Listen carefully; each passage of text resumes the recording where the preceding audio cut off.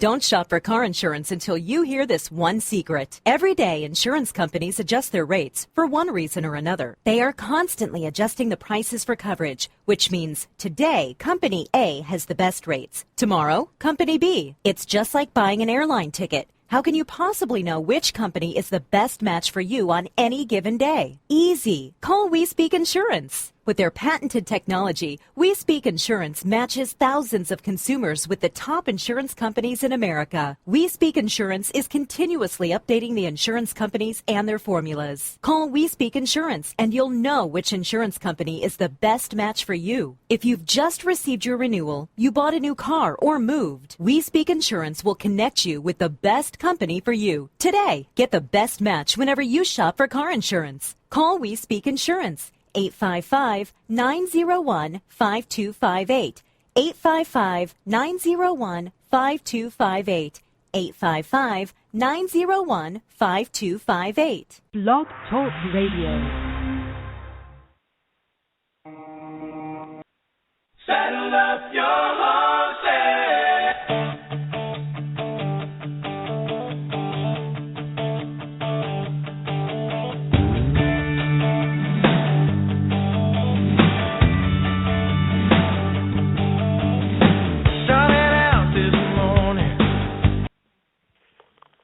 And welcome to blogtalkradio.com/Interstellar Realities Radio.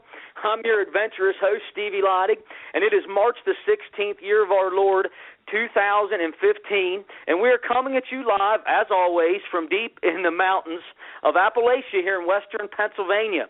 And I'm so happy to announce to everybody that follows our show, spring is finally in the air right now in the Keystone State. I'm not kidding you. We were up to about 70-plus degrees today. The last time I looked at the thermometer, it said 66 in the afternoon, but at one time I saw 72, and that felt tropical in comparison to the frigid temperatures that we've been having over the past winter. And we're being joined tonight, as always, with our cerebral co-host, Caleb Schaefer. And what a show we have for you tonight. Don't forget about our upcoming programs either, and I want to just touch on them. Of course, you know we've had Brother Marzulli and Russ Dizdar and Doug Elwell and Pastor Paul Begley and so many we've had over the last couple months. Tonight, you all know who you're going to have tonight, because if anyone has been around me for the last month, you know I've been talking about this night. And if you can hear the excitement in my voice, well, it's no coincidence, because tonight's Brother Tom Horn. And then you're going to be blessed, and we'll talk all about that here in a second. But remember, next Monday as well, we have, as it was in the days of Noah, Brother Jeff Kenley's going to be with us.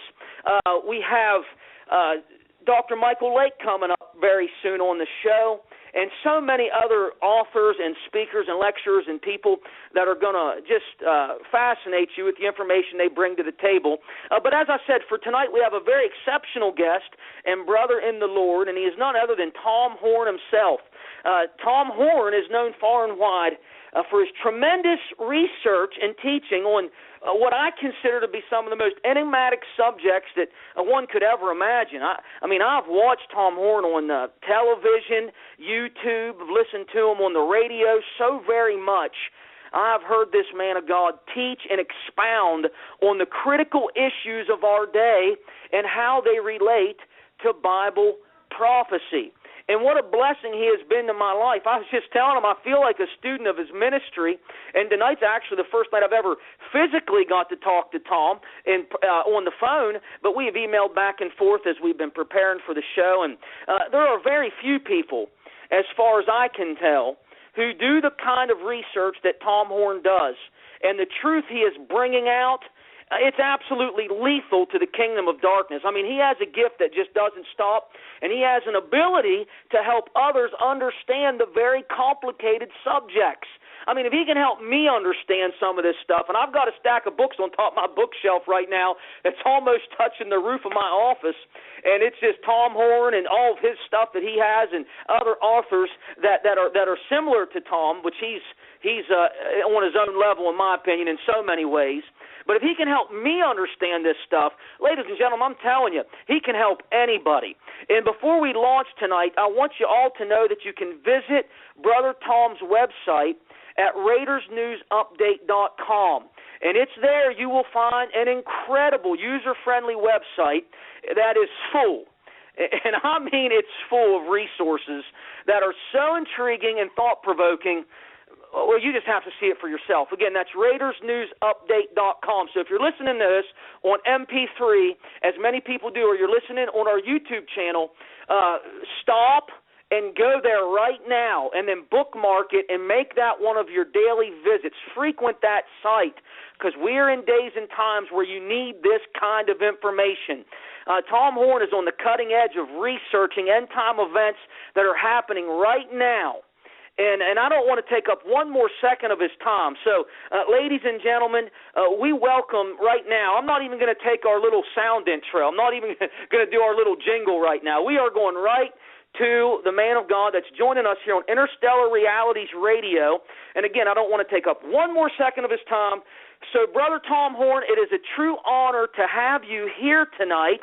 And how are you doing, my friend? Hey, I'm doing very well, and thank you so much. And man alive, all those accolades. I mean, I was just getting lower and lower in my chair here the more you were talking. But thanks for having me on the program. One correction that I would make, we just recently changed the web page. RaidersNewsUpdate.com is now SkywatchTV.com.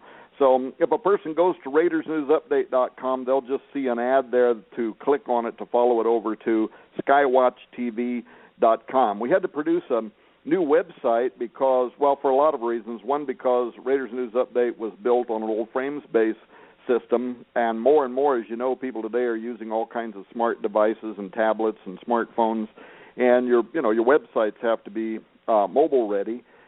So we had a brand new website built, but we also had that done because we just launched our own television program. As a matter of fact, tomorrow night, Tuesday, is the very first night. It's our debut on DirecTV, the Dish Network, and Glory Star. And it's going to be a pretty cool hour because you'll have Sid Roth for 30 minutes, then you'll have Prophecy Watchers, which Gary Stearman is hosting, and then you'll have Skywatch TV, which Gary Stearman is also hosting with the News Raiders team over there, and we are very, very excited about the launch of that new television program. We got some really exciting things that are coming up, and I've bet the bank. I took all my retirement and put into it, so that's how much faith I have in it. I just know that God put us on this mission, and we're excited to be doing it, and to talk about the kind of stuff that I'm on your program to talk about tonight. Everything from disclosure to what's going on with the Pope to Zenith 2016 to whatever it is you want to talk about. Well, and Brother Tom, I want to ask you so much, and I know Tom is limited tonight. I hope we can talk a little bit about the CERN and get your thoughts on that huge atom smasher buried under the ground over there in Switzerland and France. I'd love to get your thoughts on how close we are to official disclosure, and I'd love to get your latest impressions of what is happening in the Vatican and the itinerary of the Pope this year and your analysis of that. I was listening to the Hagman and Hagman report maybe in the last month even, and you was given 3 major things to keep our eye on. I actually repeated those things, I believe, to the church not long after that. But I was hoping to launch this interview tonight just by asking you about the year 2016. Oh, and just before we go any further, what you just said about that the TV show that's coming out and the lineup that you just gave, Sid Roth, to Brother Gary Stearman, to yourself and your own program, I mean, that has to be on everybody's DVR. I mean, if you can't get to the TV to watch it, ladies and gentlemen, DVR that thing, TiVo it.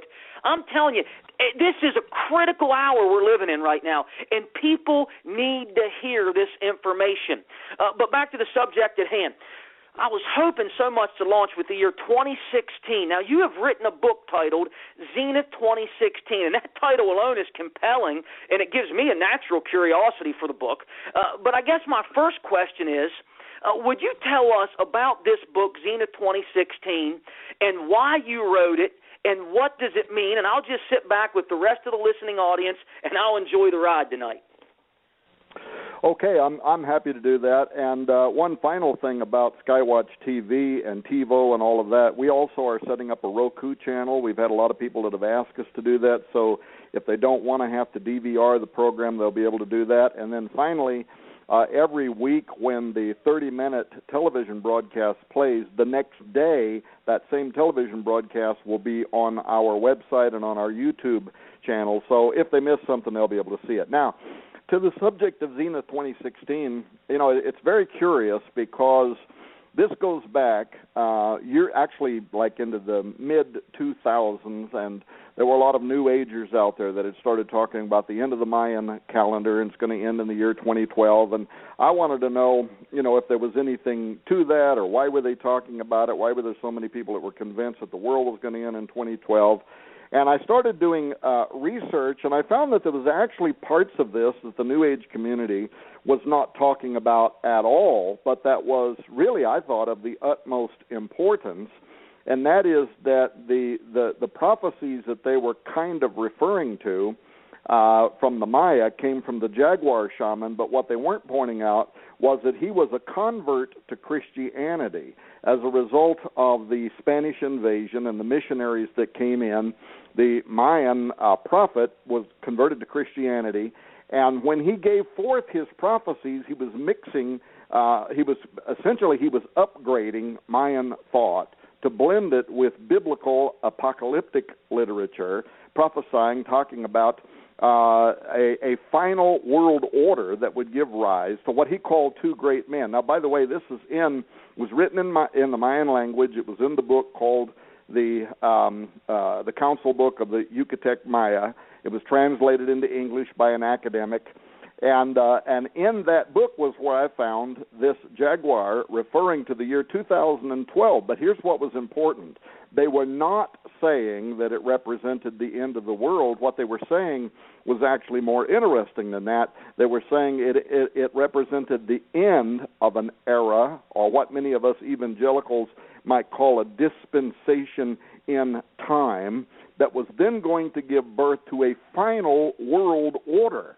And the jaguar shaman believed, based on their own, research of the stars and astronomical data, and for that matter, even paganism, which he was trying to Christianize, believed that what would happen in 2012 would actually just be the dawn of a final world era.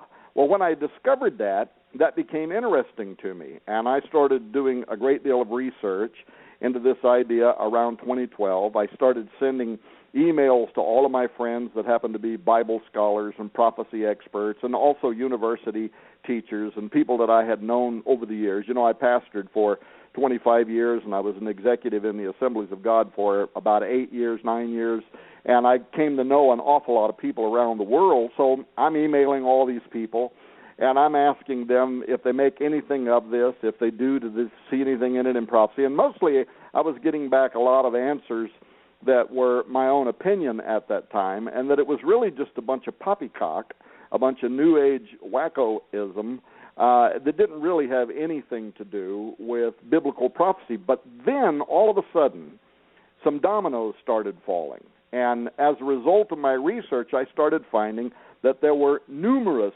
ancient pagan societies that had, for thousands of years in some cases, and for hundreds of years in other cases, and these were societies around the world where we have no knowledge whatsoever that they would have had any capacity for communicating with one another. So independent of each other, and sometimes separated by hundreds of years or even thousands of years, they were fixating on the years 2012 to 2016. So that's what the title essentially implies, Zenith 2016, that all of these seers down through time were saying something was going to happen. So it was the Maya, it was also the Hindus and their Kali Yuga calendar that started approximately during the Mayan fifth great cycle. It also predicted that global earth changes would begin following the year 2012.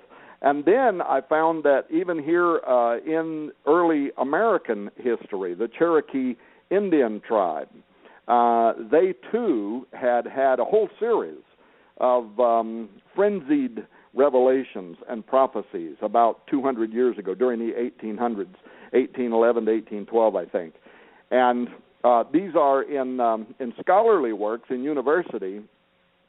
These are referred to as the Chickamauguan star constellation prophecies, but they're more commonly referred to as the rattlesnake prophecies, where the Cherokee Indian also prophesied that following the year 2012, several things were going to happen. Here's another thing, by the way, that's interesting, is that what they described from their worldview seems to parallel exactly what the Maya and the Aztec were saying on different levels, especially given what they said that two great men are going to appear on the earth. The Maya said that too, which sound very much like the coming of the false prophet and the Antichrist between the years 2012 to 2016.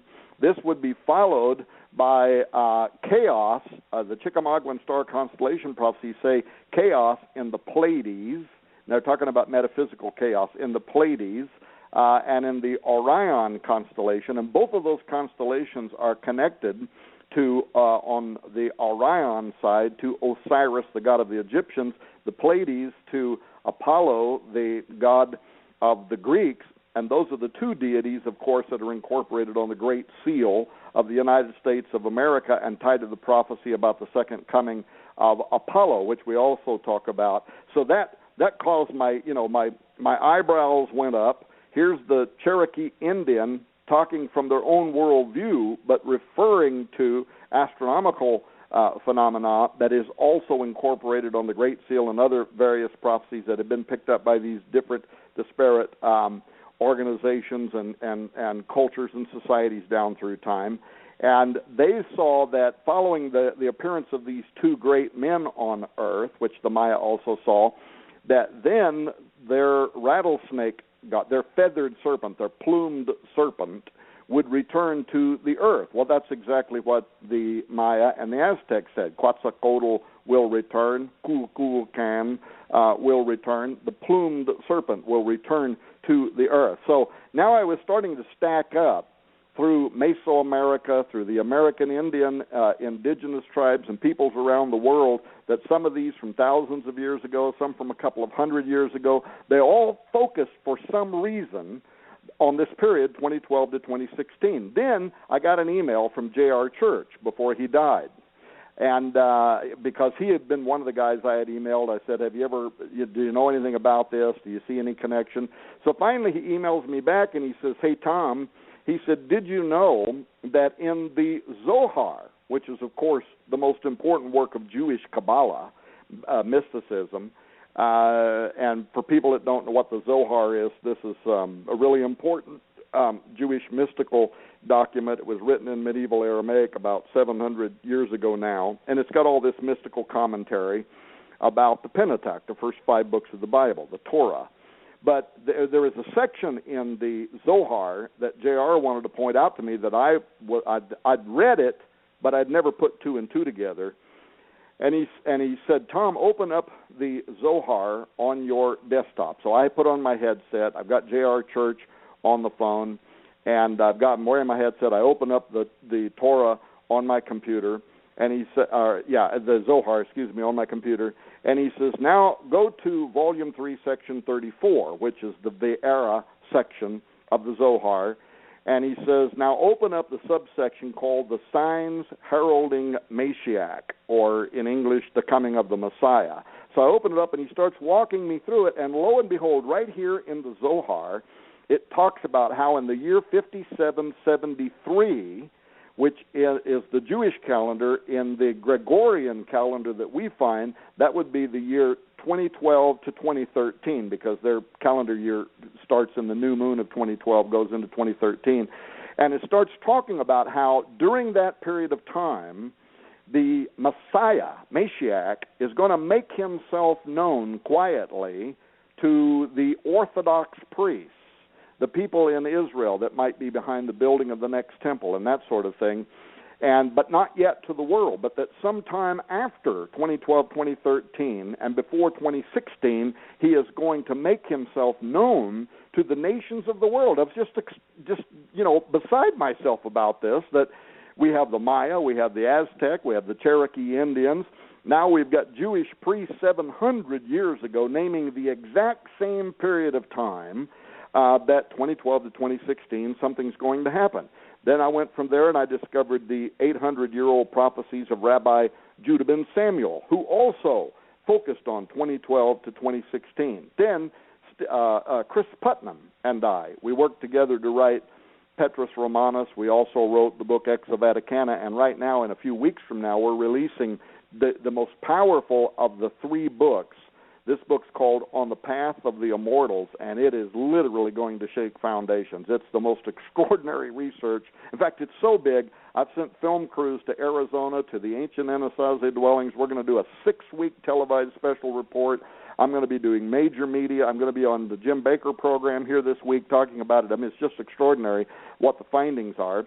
But so Chris and I were doing this research, and we get a professor from a university who hears us on a radio show, and he emails us and he says, did you know that during the turn of the century, Protestant reformers, now we're a couple of hundred years ago, he said numerous Protestant reformers focused on the year 2012 to 2016, and among them were very, very famous preachers like Jonathan Edwards.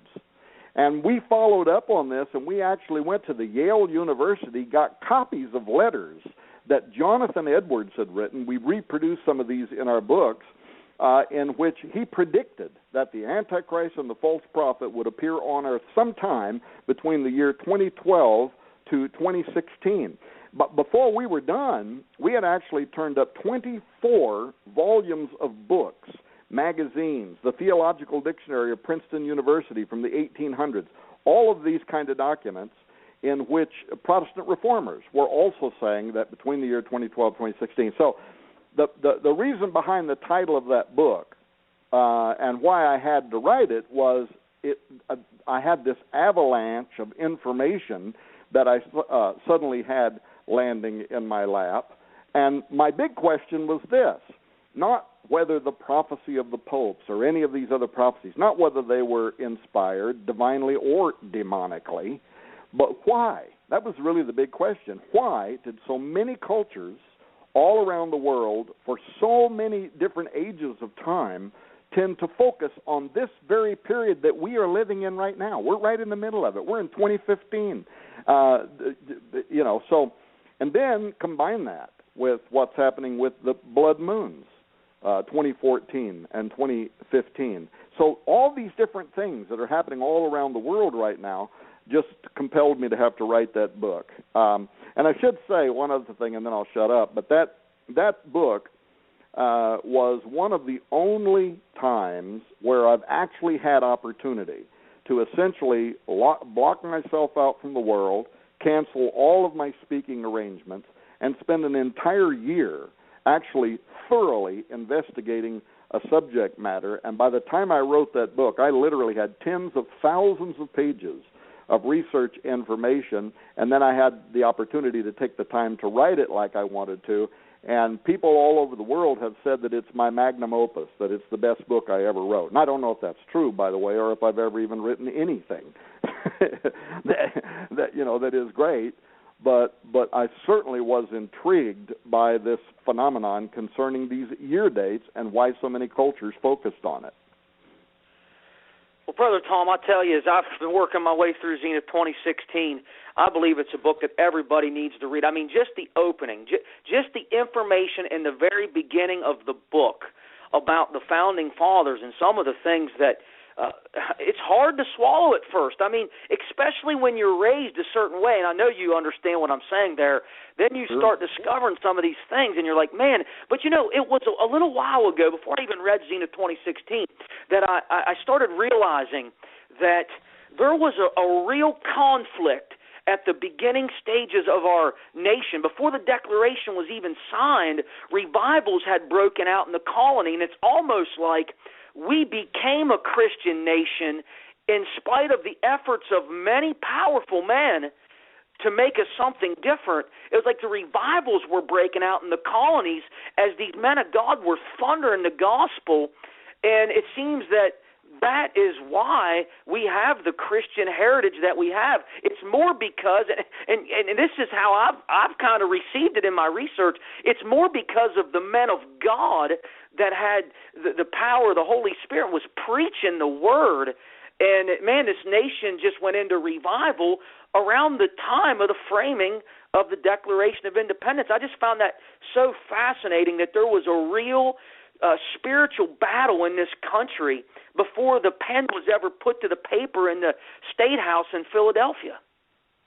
Yeah, well, that's very astute of you. That's actually the way I typically like to phrase that, is that we became a Christian nation despite perhaps what a handful of Freemasons had intended to build here. The truth is, most of the signers of the Declaration of Independence were Freemasons, and they were committed to an occult plan that is, it's often called the Atlantean scheme. This was a vision, that was based on the works of Sir Francis Bacon, who was an English philosopher, an author, a Rosicrucian. He writes this novel, New Atlantis, that was published in the 1600s.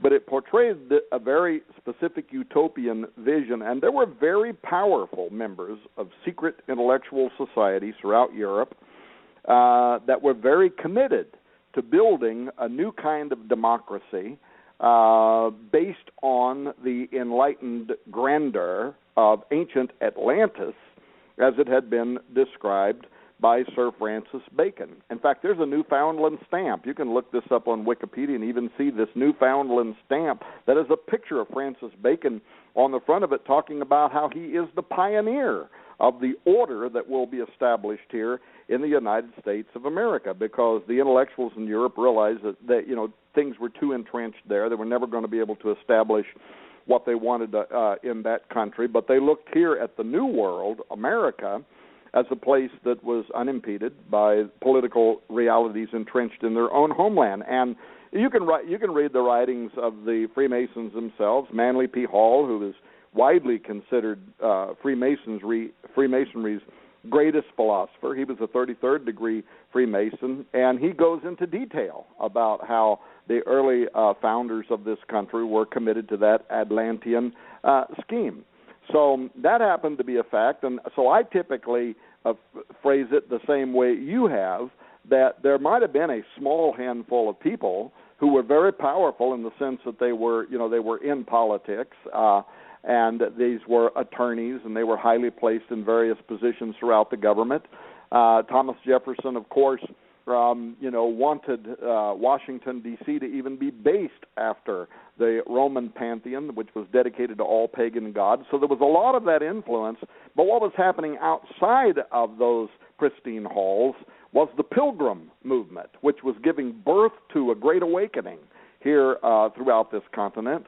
And as a result of these preachers, as you mentioned a moment ago, who were on fire for God, and people who were on fire for God, this became a Christian nation despite what some of the original founders wanted to do.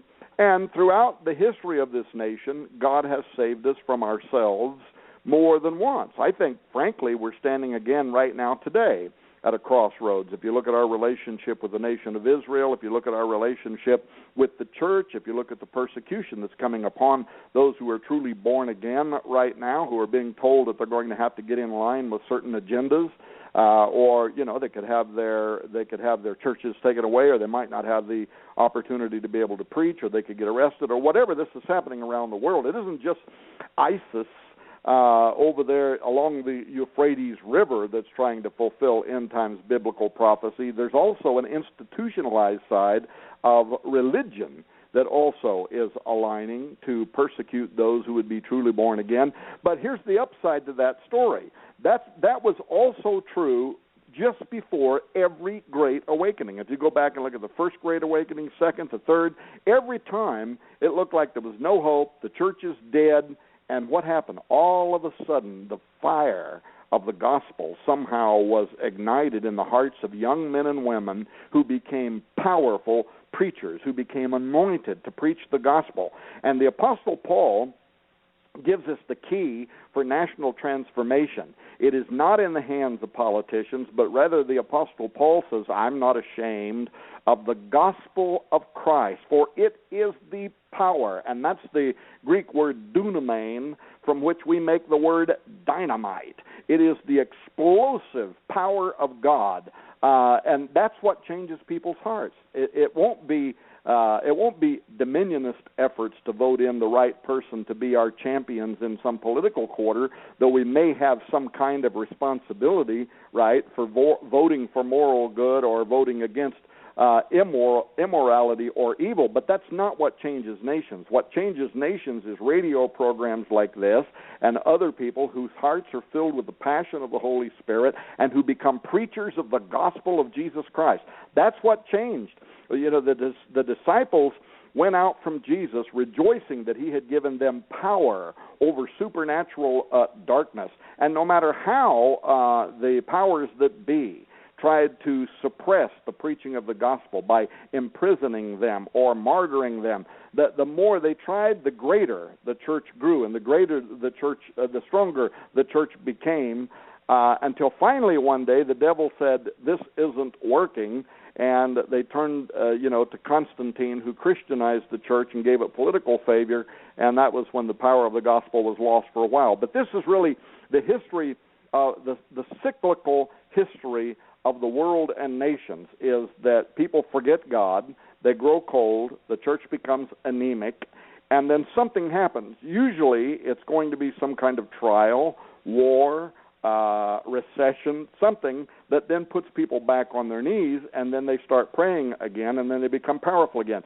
Read the book of Judges and see that pattern over and over again. And Israel forgot the Lord their God and went whoring after this or that. And then God will allow war or judgment or whatever might come. And then what does it say? And Israel remembered the Lord their God. And they put away the high places and they tore down the groves. And then God blessed them once again. So look at where we are in the world today and the condition of the church and the persecution that is coming upon the church, and realize that we are ripe now for another great awakening. In fact, I'd love to find a really qualified author right now that I could publish through Defender Publishing House that could tell me what conditions are ripe right now for another great awakening, because I believe we could be poised for perhaps the greatest spiritual revival in the history of mankind.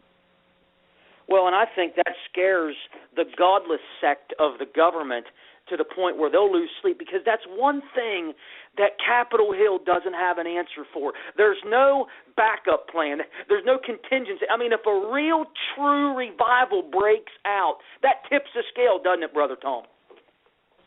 Absolutely. There you go. That's what changes the hearts of man. True revival, true preaching, authoritative preaching.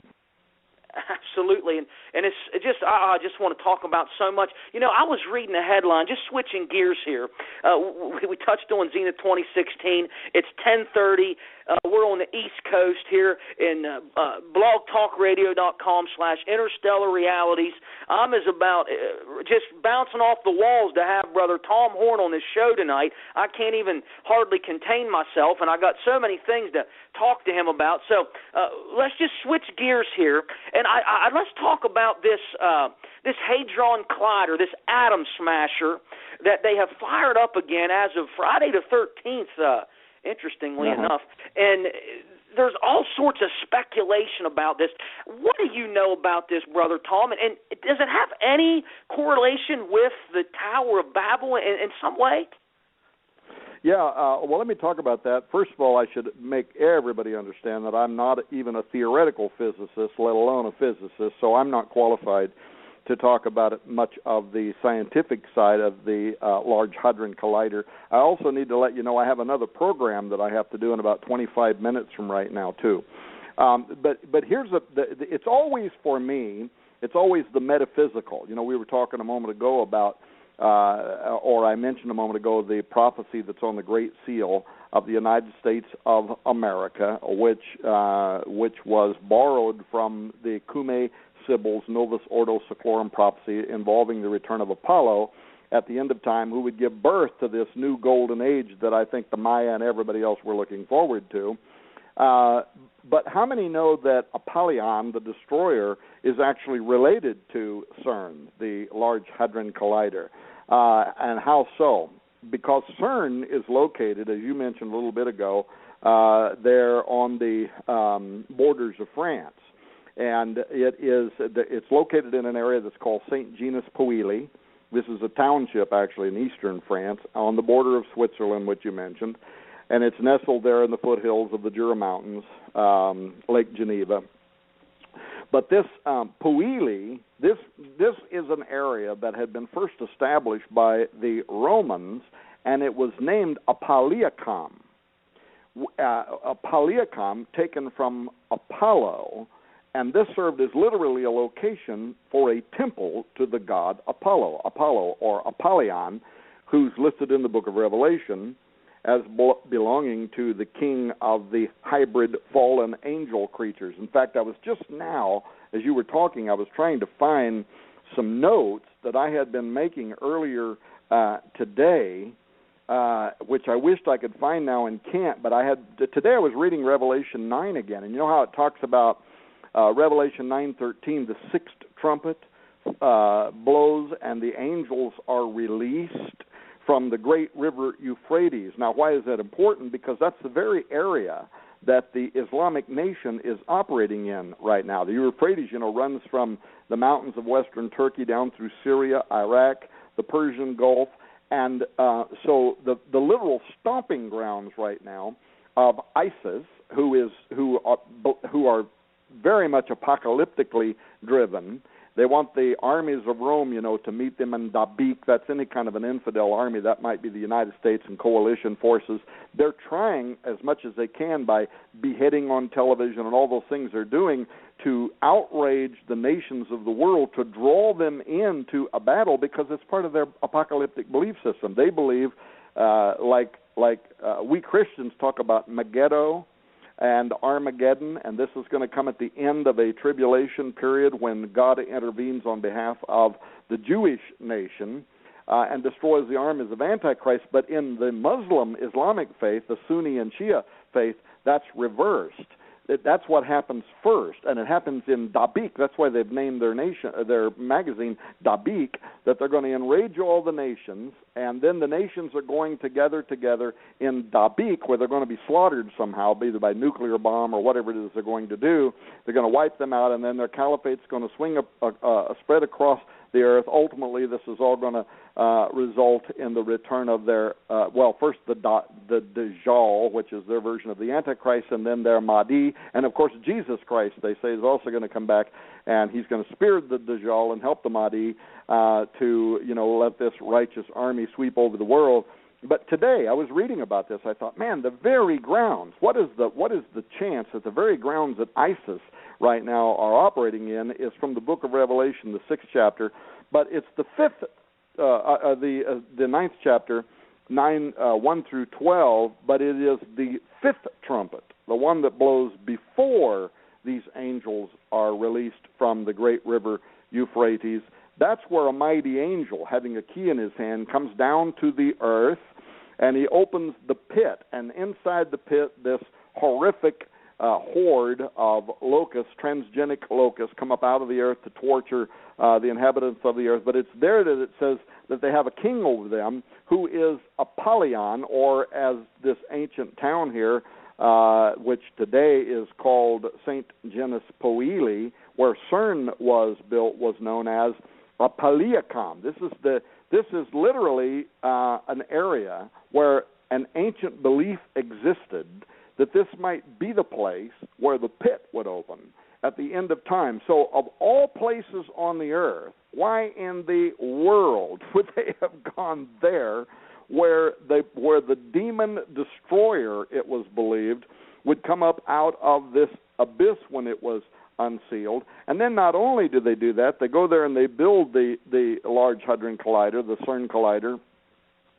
and then they put right out in front of it the Hindu version of the destroyer god, the Shiva, which destroys at the molecular level and then puts it back together again.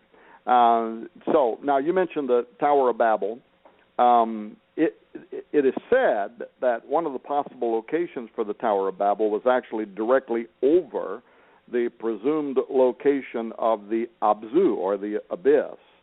And the question is whether Nimrod was actually trying to unleash the locusts in defiance of God's ultimate timing. You said you're going to have Dr. Michael Lake on your program here pretty soon. You could talk with him about some of that stuff.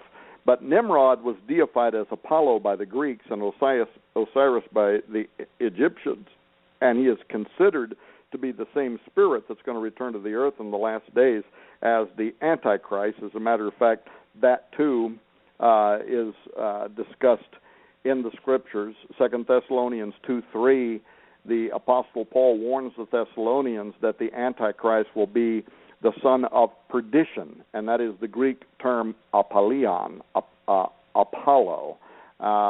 In Revelation 17:8, again it says the beast will come up out of the bottomless pit and enter into perdition, and that Greek word is apollyon, Apollo. So the belief is that the Bible identifies the same spirit that the ancient Greeks would have referred to as Apollo as the king of that bottomless pit, and right there where CERN was built, it was believed in Roman times that that is where this doorway might exist, out of which this destroyer demon is going to come, and CERN goes there and builds their collider, and they're telling us what the collider is. The director of CERN has done interviews in which he has said that they are trying there to open a gateway, a doorway. In fact, he said we may send something through the doorway, or something may come through the doorway into our reality. So pretty astonishing, really, when you think about what we are doing over there. And, Brother Tom, we're down to about 10, 15 minutes at the most right now, and I don't want to back you up too far, so whenever you have to cut out of here, you just let me know.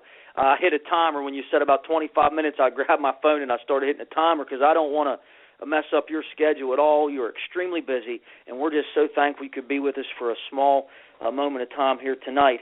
But just on an overall general viewpoint, as far as end times go right now, and you read the book of Revelation, and your understanding of the Bible is astounding to me.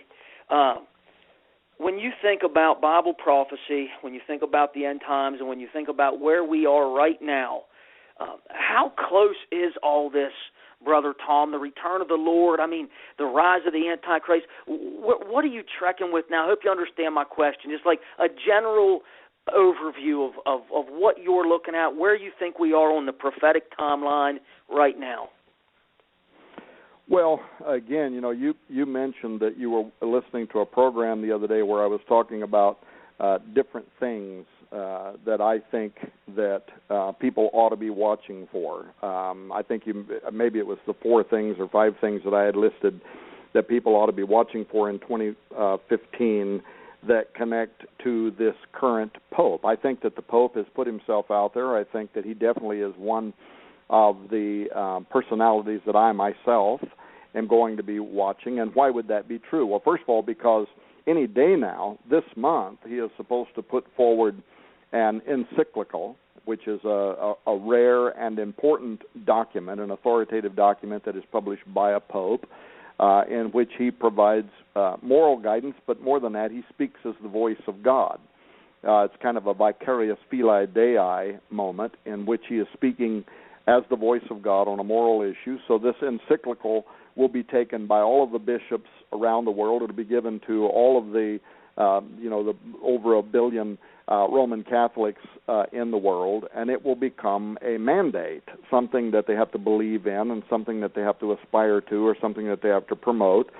And the question is, what is this encyclical going to say? Now, we're going to find out, right away. We're going to find out in the next few days or this month, as I understand it. But even some of the conservative Catholics are very concerned about it. They want to know why the Pope has essentially stepped away from talking about theological issues and has taken up a political issue, an environmental issue. And we're going to have to just wait and see. But I do have some concerns about it because, first of all, he also is going to speak in front of the United Nations, which I think is kind of a tell about where this encyclical is going to come down in terms of its language, because, in the United Nations, years ago, they adopted what a lot of people call Agenda 21 principles. Those are not mandatory for the member states, but they could become mandatory, especially if you have somebody like the Pope out there who is advocating for them. And the reason that I think the Pope might advocate certain Agenda 21 issues is because of the language he has used publicly, where he has used phrases like human ecology and your carbon footprint. So he seems to be borrowing from some of the very same language that was originally adopted by the United Nations. Now, why should we care about any of that? Well, because, I mean, this could become part of a totalitarianistic, even an antichrist kind of global government system. Agenda 21 issues, environmental issues, could take away your right to own private property.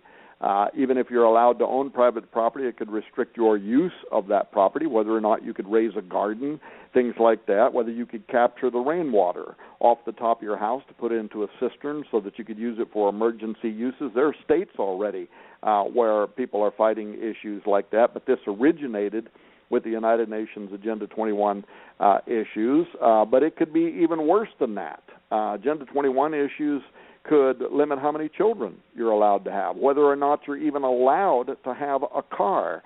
And this goes back to some of the 1970s, 1980s issues that came out of the environmental movement, the Goddess Earth movement, the greening of the church and society, Al Gore and all that. I had a friend back in those days named Samantha Smith who wrote a couple of different books. One was called Goddess Earth. I forget what the other one was called. That were fairly heavy investigations into some of this language that was winding up in the United Nations. So I think that's one thing to watch right now.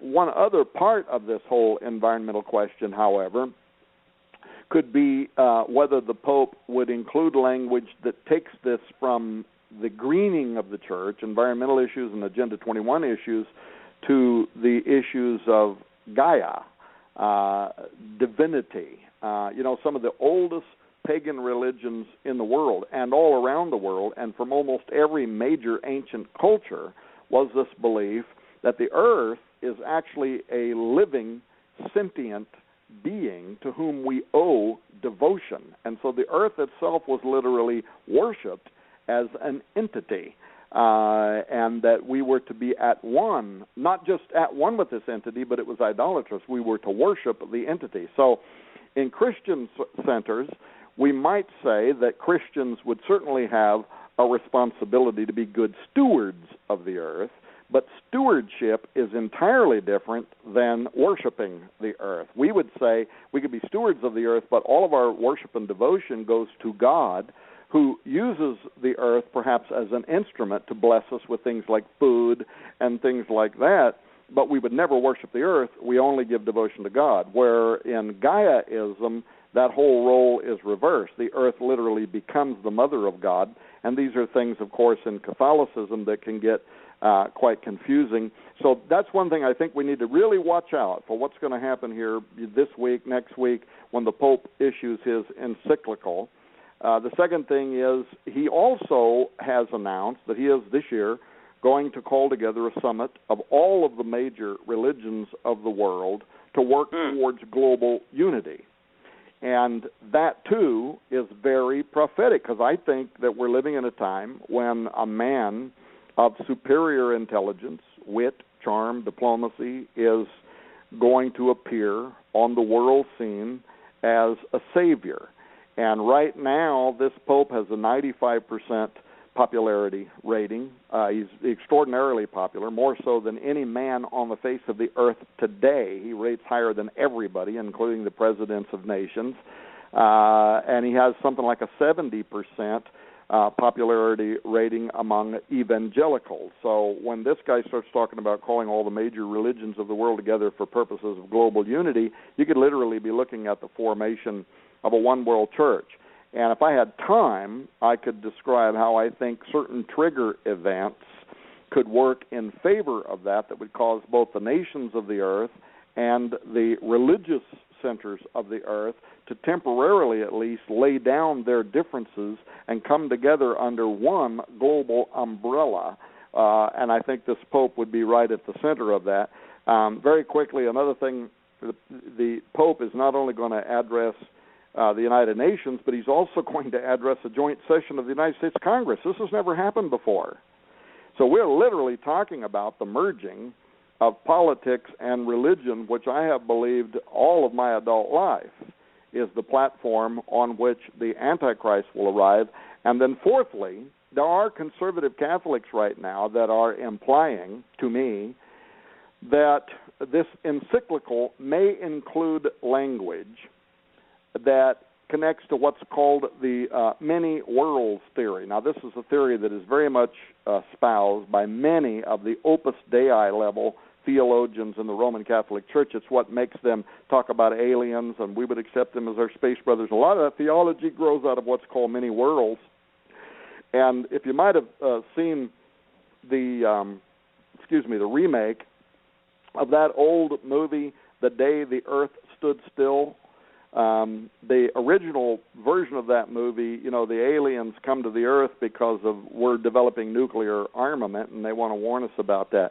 But in the remake of that a couple of years ago with Keanu Reeves, the aliens come to the world to warn us that we are misusing Gaia, that we are abusing our power over the Earth. In other words, their message is humans are the disease, and we need to be eradicated for the welfare of the planet itself.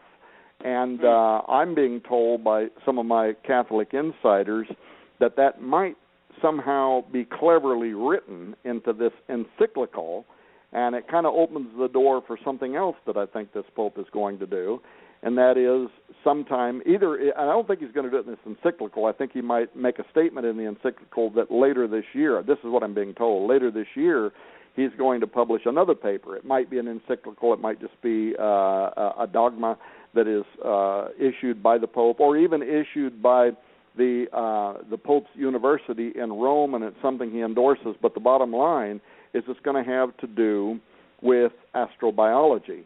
And here's what a lot of people don't know, is that Pope Francis, before he became a Jesuit, before he entered the ministry, he earned degrees in science. He had an interest in astrobiology. And furthermore, he's got a long-term relationship going all the way back to the state that he comes out of with Jose Gabel Funes, who is the current leader of the VORG, the Vatican Observatory Research Group. And Jose Funes, Argentina was the word that I was looking for, Jose Funes recently, in a interview with the Catholic press, he said the Pope is dealing with all of the things that he has to deal with in the world right now, like ISIS and things like that. But he said very soon the Pope is going to turn his attention to the subject of astrobiology. Now, Jose Funes is the head of the Vatican Observatory Research Group, and he has been a friend, a personal friend, a close friend of Pope Francis for many, many years. So he's got inside information. And I'd love to know what made him say that to the Catholic press.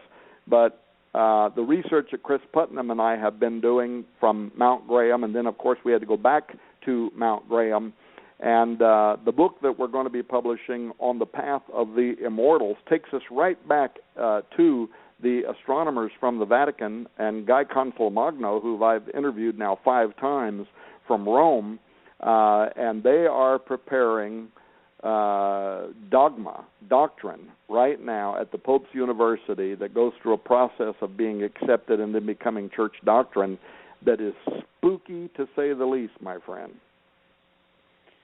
Well, I believe it, Brother Tom. And with that, we're almost at 8 to the top of the hour here. And, I was just looking at a headline that I'd researched a few days ago talking about a mystery noise that could be an Earth-like world 22 light years away. And what I believe we're seeing is, in a general sense, is just soft disclosure, as Brother Marzulli likes to say. And at a certain point, we know that this thing is all going to reach a head, and that point seems to be right around the corner, doesn't it, Brother Tom? Yeah, absolutely it does. And again, this is exactly what we're doing right now. When we came down off of Mount Graham, and it's hard to believe that this has been almost 24 months ago. And the whole process, by the way, that entire thing was preternatural. It was like supernatural. How Chris Putnam and I came together. We knew that if we were going to get to the bottom line, we were going to have to get to the top of Mount Graham. And people don't understand. You don't just get in a car and drive up to Mount Graham and say, we're here to see the aliens. I mean, this place is highly, highly guarded. miles down the mountain from the observatory, there are huge fences with signs in various languages talking about all the terrible things they're going to do to you if you try to climb over that fence. So I negotiated that through the Arizona State University. We went to Mount Graham. We met with the Jesuit astronomer who was on duty that day. We saw all of the Vatican's advanced telescope. We saw the radio telescope. We saw the large binocular telescope. Spent the entire afternoon with the lead technician of the LBT, the large binocular telescope. He showed us the Lucifer device. In fact, if you watch the trailer that advertises the book Exo Vaticana, you'll see us going up the elevator, 1 floor, 2 floor, 3, 4, 6 floors, all the way up to the 7th floor. Now we're way up above the top of the large binocular telescope, and you'll see a picture of the lead technician taking a laser pointer, pointing down in between those two gigantic twin mirrors. This is the largest telescope in the world, and he's pointing in between the two of them, and he says, "This is the Lucifer device." And, brother, I got to tell you, did I have a monstrous amount of emails for a while from people saying, what in the world are they talking about? What is the Vatican doing on the top of a mountain in Arizona using a device called the Lucifer device? Well, the answer comes from another Jesuit, Malachi Martin, who in 1997 told Art Bell on Coast to Coast AM when Art Bell said, "Father, why is the Vatican on the top of that mountain studying deep space?" He said, "It's because at the highest levels of Vatican governance, they know what is approaching the earth and that it will be of the utmost importance in coming years." Well, I think we finally figured out exactly what it is they're doing. In fact, the Jesuit on duty that day, we have him on film telling us that they are monitoring something that is in deep space and that they're watching exo-worlds where they think that there could be the conditions for extraterrestrial intelligence. But it was when we came off of the mountain that we found out from the native tribes that joined the environmentalists and filed a federal lawsuit to try to stop the Vatican and NASA from going on the top of that mountain. They were the ones who told us what was really going on there. And at first, it was too mind-boggling to even conceive. But in our words, in our modern lingo, what they explained was Mount Graham is a portal. It's a stargate, and that's something to try to wrap your mind around. It's a place, a doorway, where other intelligence moves in and out of this reality. It's one of the 4 holiest mountains in the world to all indigenous American tribes for that very reason. And at first we thought, should we cue the Twilight Zone music now? What in the world are these guys talking about? But now we've spent 24 months, 2 film crews, tens of thousands of pages of research. We got doors open that have never been opened before, and we filmed things. People are hardly going to be able to. We filmed the denizens coming through the doorways. This is some spooky stuff, and we have it on film. But not just that, we got to the university levels among the professors of the tribes themselves, and finally we got with a Cherokee guide who took us behind the locked gates of the reservation, took and pointed out to us, some stuff that people are absolutely, you're simply not going to believe, the gazillions of dollars that they have spent preparing the largest kiva in the world for the fifth world, which is their version of the apocalypse, at where the nations, all of the Indian nations, are going to go when the Great Tribulation begins. It's absolutely astonishing. I've got to go, by the way. I think I'm being buzzed by my other show right now. Great to be on your program tonight. Thanks for having me on. Thank you so much, Brother Tom. Look forward to having you again sometime in the future.